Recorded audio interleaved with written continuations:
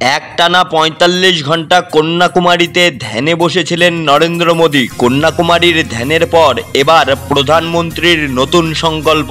গতকাল ফল প্রকাশ। তার আগে সোশ্যাল মিডিয়ার ব্লকে জানালেন প্রধানমন্ত্রী নরেন্দ্র মোদী, দেশ গঠনে নতুন করে স্বপ্ন দেখতে হবে। ২০৪৭-এর মধ্যে নতুন ভারত গড়তে হবে, যার নতুন ভিশন হবে রিফর্ম, পারফর্ম ও ট্রান্সফর্ম।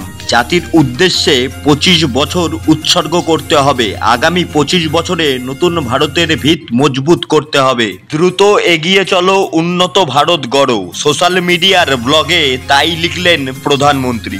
ভোট প্রচার শেষে টানা ৪৫ ঘন্টা ধ্যানে বসেছিলেন প্রধানমন্ত্রী। ভোট চলাকালীন ধ্যানে বসা নিয়ে সরব হয়েছিলেন বিরোধীরা। কন্যাকুমারীর ধ্যান শেষে প্রধানমন্ত্রী সোশ্যাল মিডিয়ার ব্লগে লিখেছেন নতুন সংকল্পের কথা।